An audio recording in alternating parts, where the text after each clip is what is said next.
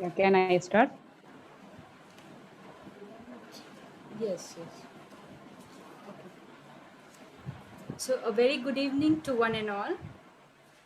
As the coordinator and moderator of the series, myself Anukriti Raj, on behalf of Expressions and Languages in Arts Foundation, Lucknow, President Professor R.P. Singh sir, I extend my heartiest greetings to the speaker this evening, Dr. Pooja Jhaji, and to all our participants who have joined us.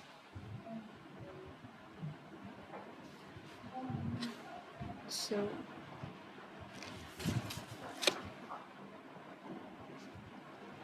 now we are playing the signature song of the foundation, Expressions in Languages and Arts Foundation, which has been composed by Professor R.P. Singh sir.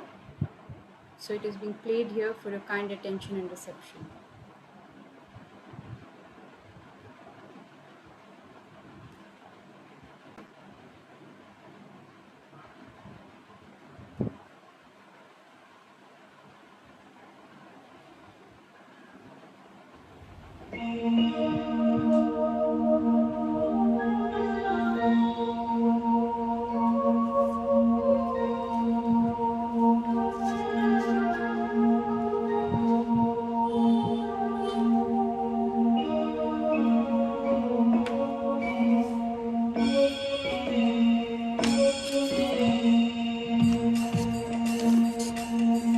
हम मिले सृजन पथ पर चलते, हम मिले सृजन करते करते, हम मिले सृजन पथ पर चलते, हम मिले सृजन करते करते।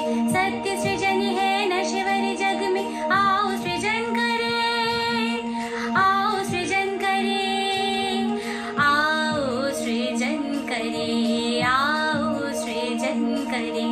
हम मिले सृजन पथ पर चलते, हम मिले सृजन करते करते। अभिव्यक्ति साहित्य कला की, अभिव्यक्ति हर षड्युग जागी। आ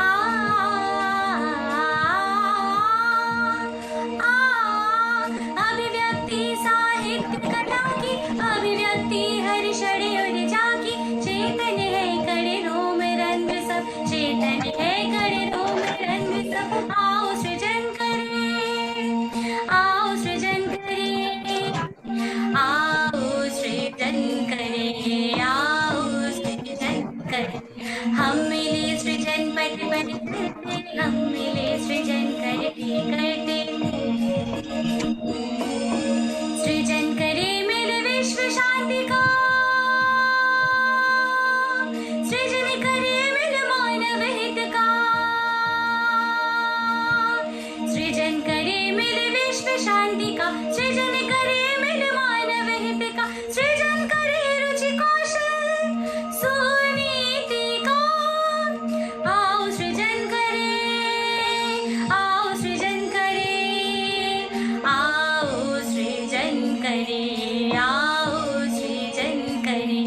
हम मिले सृजन पथ पर चलते, हम मिले सृजन करते करते। आत्मा की शक्ति अनंत है, आत्म चेतना भर कर स्वर में।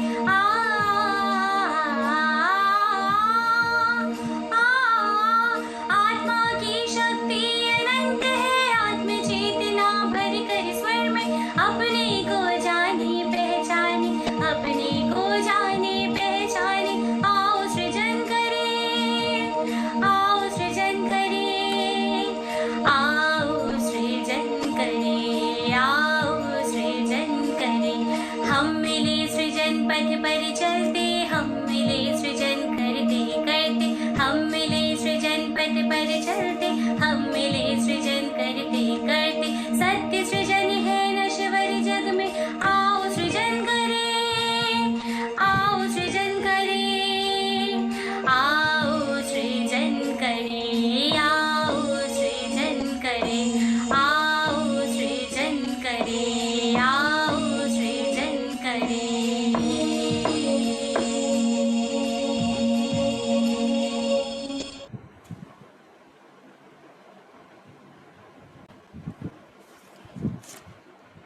Okay. जैसा कि आप सभी को ज्ञात है कि हम आज़ादी का अमृत महोत्सव मना रहे हैं और इसी श्रृंखला में जैसे हमने भाषा, साहित्य और समाज, काव्य पाठ, चर्चा एवं संवाद की श्रृंखला की कड़ी में आज आगे बढ़ते हुए आज हमारी वक्ता हैं डॉक्टर पूजा झा। चर्चा एवं संवाद शुरू करने से पहले मैं अपने श्रोतागण को आज की वक्ता का परिचय देना चाहूँगी। Dr. Pooja Jha is a gold medalist in English literature. Also, she is a doctorate in English literature. She is a poetess and writer who has many books to her credit. To name a few includes Path of Life, Dimensions of Divine Thought, Anand and Buddha, which is a drama, collection of poems. Several of her papers and articles have been published in national and international journals. So, today she will be delivering a talk on role of a guru arguing socio-cultural constructs. Okay. So, Dr. Pooja Jha, you are here. Over to you.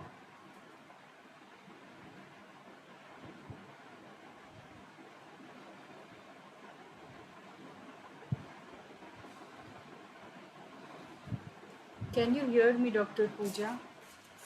Yes. Thank you so much, Anukriti ji, for such a wonderful introduction. So I'm grateful to. Can you switch on your video, please? We would love to see you. No, here we have electricity problem. Oh, right. No problem. Okay, we'll go ahead. Thank you so much for understanding. I'm grateful to Expressions in Languages and Arts Foundation for giving me this opportunity. And सबसे पहले मैं अपने गुरु परम आदरणीय professor आरती Singh sir को सादर प्रणाम करती हूँ। आज का मेरा यह व्याख्यान उन्हीं को समर्पित है और आकर्षक व्यक्तित्व और ओजस्वी आवाज की स्वामी डॉक्टर अलका सिंह मैम, जो मेरी गुरु पत्नी, गुरु माँ होने के साथ साथ मेरे लिए सतत प्रेरणा की स्रोत हैं, मैं उनको भी प्रणाम करती हूँ। आशा है कि वे मुझे सुन रही होंगी।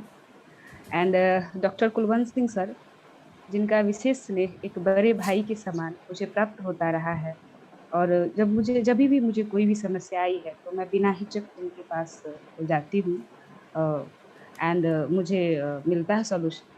तो सर को बहुत बहुत आभार और मेरा प्रणाम, और जितने भी लोग उपस्थित हैं सभी को मेरा प्रणाम। आज का जो मेरा विषय है, role of a Guru arguing socio cultural construct, इसको अगर मैं एक पंक्ति में कहूँ तो मनुष्य को मनुष्य बनाने में गुरु का क्या योगदान है। तो सबसे पहला है कि मनुष्य कौन है, मनुष्य की परिभाषा क्या है। तो मनुष्य संसार का सर्वोच्च प्राणी है, जिसके पास अपार अनंत संभावनाएं हैं। मनुष्य जिससे जन्म से ही ईश्वरीय भगवदीय गुण प्राप्त है, ईश्वरानुभूति भगवतानुभूति करने में जो समर्थ है, और मनुष्य ही नहीं वरन ईश्वर तक हो जाने की संभावना जिसके पास है, वही मनुष्य है। वेदों में उद्घोष है, या हम कहें कि पहली पंक्तियों में है, ये प्रश्न है कि को हम, अर्थात कि कौन हूं मैं, और वेद स्वयं उत्तर देते हैं, शिवो हम, मैं ही शिव हूँ, अहम ब्रह्मास्मि। और रामायण की शुरुआती पंक्तियों में भी यदि हम देखें तो जीव की परिभाषा है कि ईश्वर अंश जीव अविनाशी, चेतन अमल सहज सुख राशि। जिजीविषा पहली कामना है मनुष्य की। जिजीविषा शब्द बड़ा सुंदर है। इस शब्द का अर्थ है आनंद से जीना। मनुष्य को स्वभाव से ही अनुकरणशील, अनुसरणशील और अनुगमनशील प्राणी कहा गया है। मनुष्य का यह स्वभाव उसे उच्चता, शीर्ष अवस्था की ओर अग्रसर करता है, लेकिन कभी कभी यही स्वभाव उसे अभिनिवेश अर्थात पतन की ओर भी धकेल देता है, और मनुष्य दिशाहीन हो जानवर की भांति केवल भय, भूख और नींद जैसी अवस्था को भोगते हुए मृत्यु को प्राप्त हो जाता है। जिजीविषा का अर्थ है आनंद या अखंड आनंद। अखंड आनंद से जीने की कला ही जिजीविषा है, जो केवल एक गुरु ही सिखा सकते हैं। मनुष्य के बारे में कि जिनको दिशा का बोध नहीं, जिनको दिशा बोध का ज्ञान नहीं, उनकी दशा कैसे ठीक होगी, उनकी तो दुर्दशा हो जाएगी। जिनकी गति ठीक नहीं, जिनकी मति ठीक नहीं, उनकी सदगति कैसे संभव है, वे दुर्गति को बाध्य हैं। सदगति के लिए सतपुरुष अर्थात गुरु के पास तो जाना ही पड़ेगा।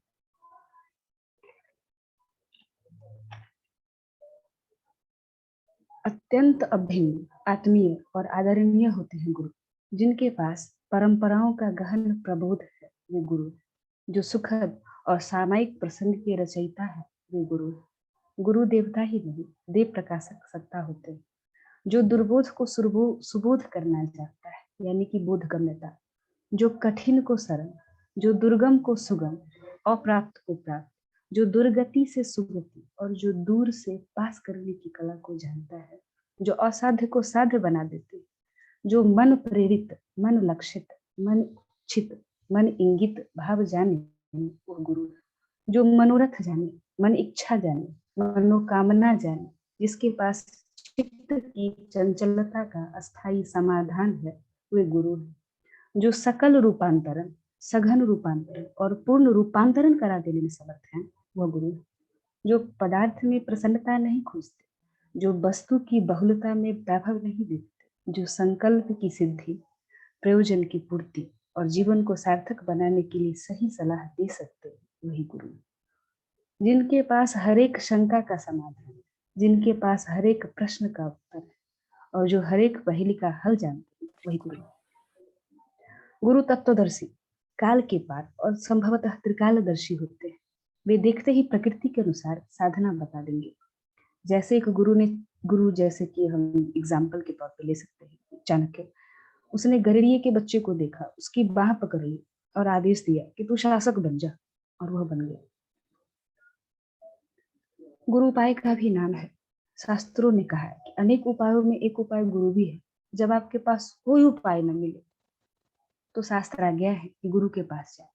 अपनी चिंता का, अपनी समस्या का समाधान आप गुरु के पास जाए, वे बता देते हैं। अब इसके लिए मैं राजा दशरथ का संदर्भ लेना चाहूंगी कि दशरथ ने अपने गुरु वशिष्ठ से कहा कि गुरुदेव, मात्र पुत्र नहीं, धरा रघुकुल संवर्धन के लिए सामर्थवान व्यक्तित्व चाहिए। ऐसा व्यक्ति जो कई कई स्वर्ग की रचना कर सके। स्वर्ग तक तो मेरी भी पहुंच है। कहा जाता है कि देवासुर संग्राम में दशरथ ने अपनी पत्नी की और सेना से भाग लिया था और स्वर्ग असुरों के आधिपत्य से मुक्त कराकर इंद्र को पुनः समर्पित किया था। तो उन्होंने अपने गुरु से कहा कि मात्र पुत्र नहीं चाहिए, ऐसा व्यक्ति चाहिए जो समूचे ब्रह्मांड का स्वामित्व करने में समर्थ हो, जो करोड़ों स्वर्ग का निर्माण करे। ऐसा हो कि स्वर्ग के बुलावे और स्वर्ग के निमंत्रण में मुझे बारंबार आए और मैं ठुकरा सकूं। ऐसा पुत्र चाहिए। गुरु ने उपाय दिया और सभी जानते हैं दशरथ पुत्र मर्यादा पुरुषोत्तम राम को। ऐसा व्यक्तित्व जो कई युग बीत जाने के बाद आज भी प्रासंगिक है। योग वशिष्ठ जो सन्यासियों को पढ़ाया जाता है, जिसमें कि राम और वशिष्ठ संवादी है, वह एकांगी है। उसमें लक्ष्मण को भी शामिल होने की अनुमति नहीं थी। यदि धर्म की मूर्ति बन सके तो स्वरूप कैसा हो? तो राम के जैसा। शास्त्रों में लिखा है, रामो धर्म विग्रह। आज के युवा भी यदि आदर्श व्यक्तित्व चाहते हैं तो वे राम की आराधना करें। उच्च चरित्र, आदर्श व्यक्तित्व, आदर्श छवि के लिए राम की उपासना की जानी चाहिए। भगवान शंकराचार्य से किसी ने पूछा कि ये जगत क्या है। मैं फिर से इसको दोहराऊंगी कि भगवान शंकराचार्य से पूछा गया कि जगत क्या है, ये संसार क्या है। तो उन्होंने कहा ये जगत एक प्रपंच है, जगत छलवा है, नश्वर है, भवरोग है, भवाटवी है, भवसागर है। तो पुनः प्रश्न किया गया यदि संसार रोग है तो औषधि क्या है? तो उन्होंने कहा कि औषधि है विचार शक्ति, विवेक शक्ति। हमारा चिंतन विधेयक हो, हमारी सोच, हमारे चरित्र, हमारा चिंतन, हमारे आचरण में पारदर्शिता हो। जैसे चातुर्मास के खत्म होने पर गंगा में निखार, धवलता, उज्ज्वलता, प्रबलता, आकर्षण लौट आता है, ठीक वैसे ही गुरु का सानिध्य मनुष्य को धैर्य, संयम, सादगी, सरलता, विनम्रता, सहजता, स्वाभाविकता और सहनशीलता से परिपूर्ण करता है। जीवन सफल होना एक अलग बात है और जीवन सार्थक होना एक बहुत बड़ी बात है। पदार्थ तो प्रारब्ध, भाग्य, देव कृपा, श्रम साधन, योग्यता, पात्रता से मिल जाता है, लेकिन एक अच्छा अंतर्मन, बड़े विचार उत्पन्न करने की शक्ति, श्रेष्ठता, उच्चता, शिखरता तो गुरु कृपा से ही संभव है। हम सभी के पास आंखें हैं, लेकिन हमारी आंखें केवल वस्तुओं को, दूसरे के दोषों को ही दिखलाती है। स्वयं को और स्वयं के दोषों को और परमात्मा को देखने वाली आंखें हमारे पास कहाँ है? हमारे पास कोई आंखें नहीं। ऐसी आंखों से जैसे कि मात्र पदार्थ देखा जाता है, भौतिकता देखी जाती है। हम जीवन का काम तो चला लेंगे, लेकिन जीवन का अर्थ हमें उपलब्ध नहीं होगा। और मानव मन को तो मक्खी के समान माना गया है, जिसे मल और मिष्ठान में भेद करना पता है, जिसे पता ही नहीं है कि वह बैठे कहाँ है। वह धूल और फूल में फर्क करना, भेद करना नहीं जानते। मन के निरीक्षण के लिए, मन के प्रबंधन के लिए आत्मनिरीक्षण के गुण होने चाहिए। चित्त की वृत्तियों को शांत करने के लिए, भटकाव से बचने के लिए आत्मनियंत्रण आवश्यक है, संयम आवश्यक है, जो गुरु ही सिखा सकते हैं। इस संबंध में एक बड़ी प्यारी कथा है, एंड आई होप कि ये मेरा ज्यादा टाइम नहीं लेगा। मैं यहाँ इसको रेफरेंस उसको देना चाहूंगी। महाराष्ट्र के एक महान संत थे, उनके बारे में कहा गया कि बड़े अद्भुत संत थे। कहानी है कि एक बार वे नदी से स्नान करने के लिए, तो एक मूढ़ व्यक्ति ने उन पर थूक दिया। इट मींस कि ही स्पीटेड ऑन हिज फेस। किसी कारणवश वह व्यक्ति उनसे घृणा करता था। एकनाथ कुछ भी नहीं बोले, उन्होंने कोई प्रतिक्रिया नहीं दी, तनिक भी विचलित न हुए, यहाँ तक कि क्रोध का लेश मात्र भी उनको छू न गया। वे पुनः स्नान करने चले गए। जब वे दोबारा स्नान करने निकले तो व्यक्ति वहीं खड़ा था, उसने फिर से उन पर थूक दिया। और यह प्रक्रिया यही खत्म नहीं हुई, यह प्रक्रिया चलती रही, बार बार चलती रही। एकनाथ बार बार स्नान करते रहे और वह व्यक्ति उन पर थूकता रहा। कुछ देर में शायद जब उसका आवेश कुछ शांत हुआ होगा, और जब दोबारा तो नहीं कह सकती कि बारंबार कई बार ये हुआ होगा, जब एकनाथ फिर से निकलते हैं स्नान करके, तो वो कहता है, अब आप कुछ बोलिए, अब प्रत्युत्तर दीजिए या प्रतिकार कीजिए, क्योंकि अब मुझसे रहा नहीं जाता। मैं आपसे कह देता हूँ, यदि अब आप कुछ नहीं बोले तो मैं आपसे इतना आवेशित हूँ, और अगर आप प्रतिकार नहीं करेंगे तो जान लीजिए मैं आपका और हित कर दूंगा।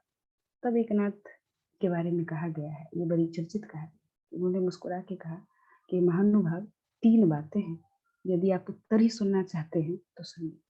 सबसे पहला बात कि मुझे फिलहाल तो इतना ही याद है कि मैं आपके कारण इस पवित्र नदी में कई बार स्नान कर चुका हूँ।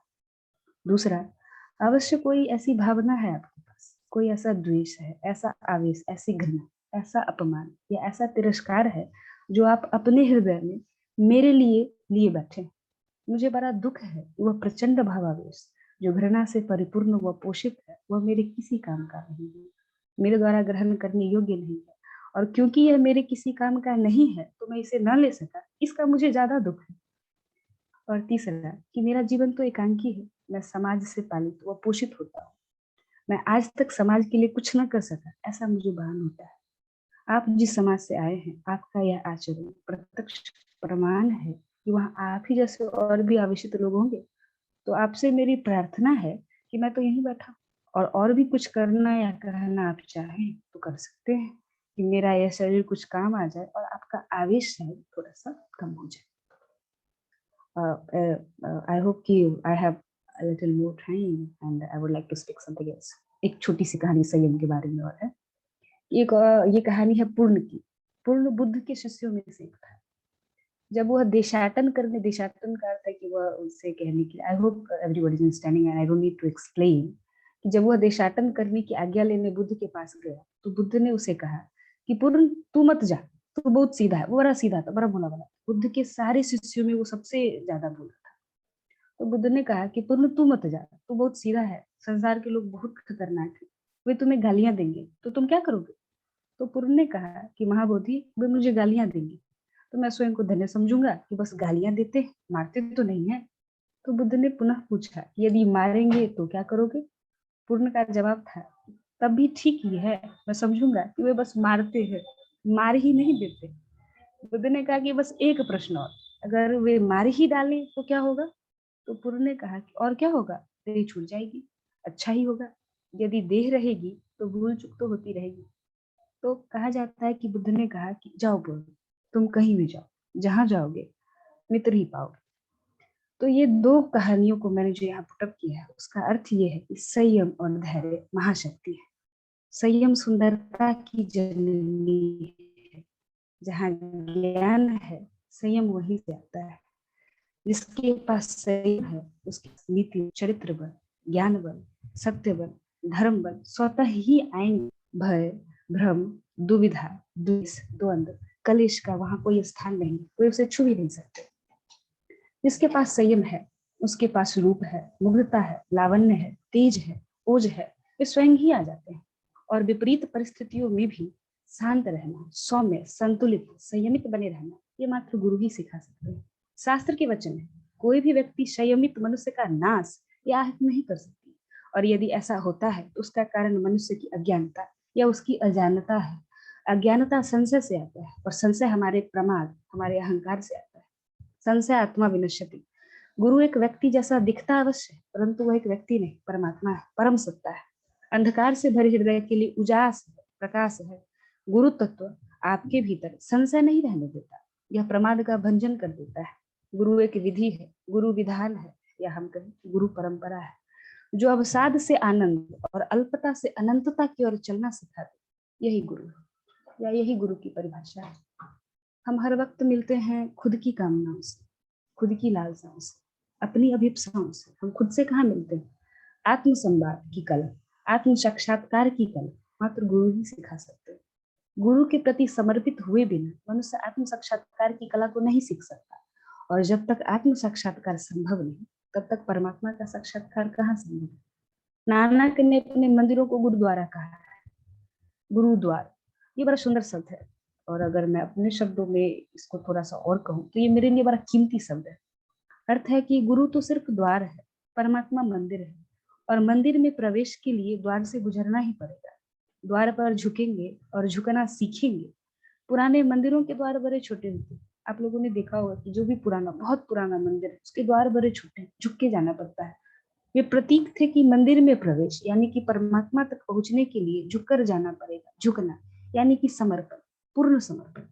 जिन्होंने भी गुरु के प्रति समर्पण किया, पाया कि गुरु नहीं परमात्मा है, झुके कि प्रवेश हो गया मंदिर में। द्वार यानी कि गुरु रूप में झुकना सिखा रहा था परमात्मा, झुके कि प्रवेश हुआ, और प्रवेश हुआ तो सामने परमात्मा है। इसीलिए तो हिंदू धर्म में कहा गया है कि गुरुर ब्रह्मा, गुरुर विष्णु, गुरुर देवो महेश्वरा, गुरुर साक्षात पर ब्रह्मा, तस्मै श्री गुरुवे नमः। इसका अर्थ यही तो है। इजिप्ट में एक बड़ी सुंदर कहावत है, ये बड़ा सुंदर फ्रेज है, जिसको कि मैंने अपनी book dimension of divine of thoughts में भी इसको मैंने डाला था। When the disciple is ready, the teacher appears. When the disciple is ready, the teacher appears. And when the disciple is fully ready, the teacher disappears. God acts. गुरुओं के हास विहास, आमोद प्रमोद में भी संदेश छिपा रहता है। वे उठते बैठते चलते हंसते बोलते हो, कभी भी उनका जो एक एक एक्शन होता है, उनकी जो प्रक्रिया होती है, आप उनसे सीख सकते हैं। एक कहानी जो मैं एक और कहानी यहाँ पे रखना चाहूंगी, जो मुझे बड़ी प्यारी है, और वो कहानी है लाओ त्सु की। चीन का महान दार्शनिक, महान फकीर था लाओ त्सु। बड़ा एकांत प्रिय था। वह दूर पहाड़ों में रहता था, गुफाओं में, कंदराओं में। कहा गया है कि वो नगर में कभी कभी आता था। जब कभी भी उसे कोई संदेश या उपदेश देना हो, तभी वो नीचे आता था। सम्राट भी उसका बड़ा सम्मान करते थे। वह बड़ा ही आदरणीय व लोकप्रिय था। लोगों में उसका बड़ा सम्मान था, बहुत ज्यादा जिसे कहते हैं। एक बार उस प्रांत के जो राजा थे, उन्होंने दंगल का आयोजन करवाया। आसपास के सभी पहलवान निमंत्रित थे। बड़ा भोज था आयोजन का। नगर में बड़ी चहल पहल थी। बड़े से मैदान में अखाड़ा बनाया गया था, और बहुत सारे लोग, लगभग सारे लोग वहां पे जमा थे, उस नगर के या अगल बगल के नगर के। दंगल से ठीक पहले अचानक लोगों ने देखा कि लाओ त्सु बीच से चला आ रहा है। नगारे बजने बंद हो गए। पूरी भीड़ शांत हो गई कि लाओ त्सु कहाँ से आ गए। उनका आना कभी भी अकारण तो होता नहीं था। तो क्या कारण है कि अखाड़े की ओर ही चले जा रहे हैं? इधर तो आ ही नहीं रहे। सम्राट भी चुप हो गया। इधर लाओ त्सु बीच अखाड़े में जाके खड़ा हो जाता है। पहलवान कुश्ती को तैयार बैठे, लेकिन अखाड़े में तो लाओ त्सु खड़ा है, वे जाएं कैसे? अचानक वह पहलवानों को चुनौती देना आरंभ कर देता है। लाओ त्सु हिमसेन वो चारों ओर जाता है, पहलवानों को उकसाता है, उन्हें चुनौती देता है, और कहता है कि मैं सबको चुनौती दे रहा हूँ, आओ कोई है जो मुझे हरा दे। मुझे हरा दे यदि कोई ऐसा है। मैं सभी को, प्रत्येक जो यहाँ बैठे हैं, जो अपने आप को पहलवान समझते हैं, या जो भी अपने आप को समझते हैं कि वो जीत सकते हैं, तो यहाँ है, मैं उन सबको चुनौती देता हूँ। पहलवान कुछ देर तो सुनते रहे, फिर उनमें से खड़ा हो गया। लाओ त्सु ने कहा कि अच्छा तुम आ रहे हो, आ जाओ, आज मुकाबला हो ही जाए। कहते हैं कि जैसे ही वह पहलवान अखाड़े में आया, लाओ त्सु स्वयं ही चित अखाड़े में गिर गए, और उन्होंने कहना शुरू किया कि तुम मुझे पीट सकते हो, तुम मुझे जख्मी कर सकते हो, तुम मुझे शारीरिक क्षति पहुंचा सकते हो, लेकिन याद रखना तुम मुझे हरा नहीं सकते, क्योंकि मैं जीतने की आकांक्षा नहीं रखता। तात्पर्य कि हराया उसी को जा सकता है जो जीतने की आकांक्षा रखते हैं।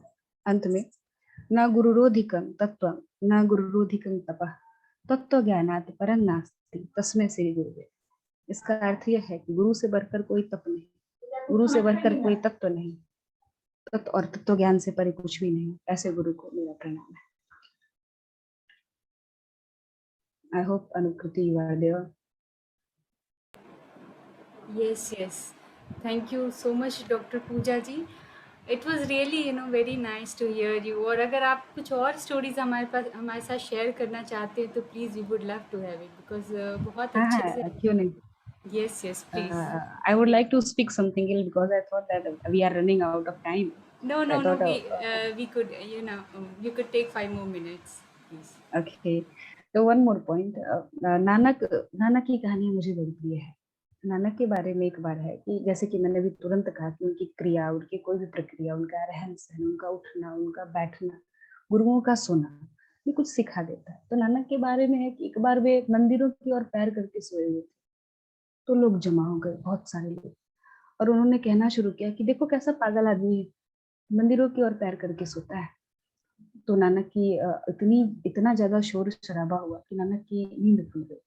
तो उन्होंने देखा तो भीड़ जमा थी, लोगों ने उन्हीं से कहना शुरू किया, शर्म नहीं आती, साधु होकर के परमात्मा के मंदिर की ओर पैर करके सोते हो, तनिक भी बुद्धि नहीं है, नहीं साधु हो लेकिन बुद्धि नहीं है, इतनी भी समझ नहीं है कि परमात्मा के मंदिरों की ओर पैर नहीं किया जाता। तो नानक कहते हैं कि तो एक काम करो, हमारा पैर उस ओर कर दो, इधर परमात्मा नहीं, आप ही कर दीजिए। मुझे तो पता ही नहीं है कि मैं तो जानता हूँ कि परमात्मा सब और है, मैं तो जानता ही नहीं कि परमात्मा किस और नहीं। अगर आपको पता हो, और जैसे कि आपने कहा कि निकल जाओ यहाँ से, शर्म नहीं आती, बुद्धि नहीं है तुम्हारे पास, तो अब बता दीजिए कि कहाँ जाऊं जहाँ परमात्मा ना हो। तो I hope you like this story too. Yes. बहुत सुंदर. Thank you Puja ji. It was really आपके इतनी कहानियाँ इतनी सुंदर, छोटी सी और इतना मैसेज देते कन्वे करती हुई थी. मैं थोड़ा सा अगर सारांश के रूप में कहूँ तो आपने ये बताने की कोशिश किया कि मनुष्य संसार का सर्वश्रेष्ठ प्राणी है, मनुष्य को जन्म से ही ईश्वरीय गुण प्राप्त है, लेकिन बनावट और दिखावट के इस युग में स्वयं की सत्ता का भान न होने के कारण मनुष्य पतन की ओर अग्रसर है और पशु की भांति जीने का बाध्य है.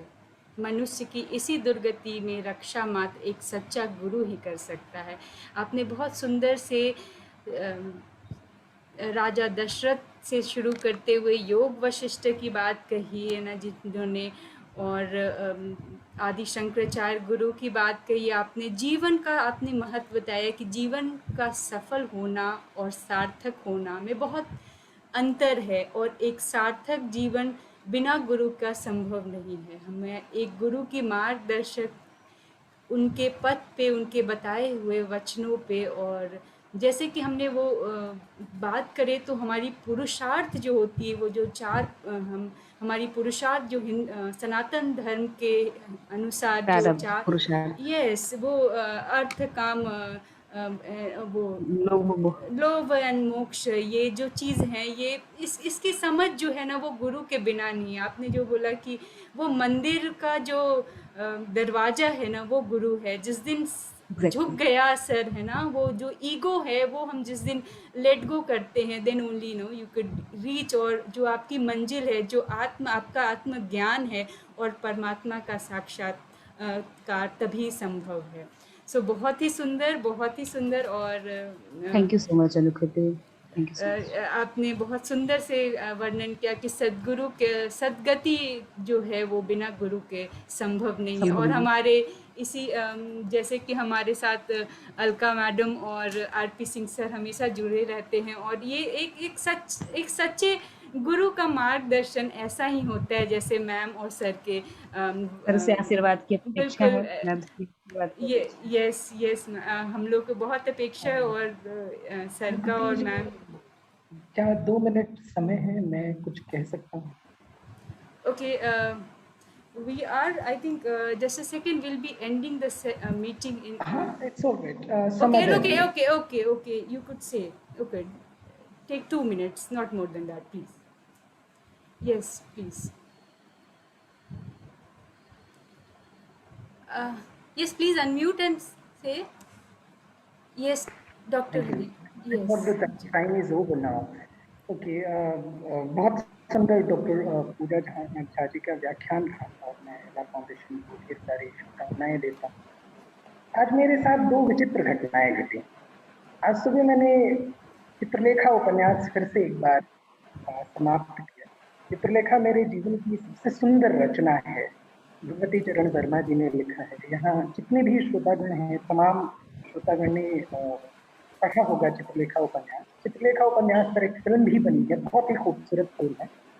और उसमें एक एक बहुत ही सुंदर बात यह है कि उसमें एक योगी है जो गुरु है, और जो एक योगी है, एक क्षत्रिय है। और उस नॉवेल की जो पहला जो स्टेटमेंट है वो ये है कि दो शिष्य रहते हैं, वो अपने गुरु से पूछते हैं पाप क्या होता है, और वो गुरु पाप और पुण्य की परिभाषा न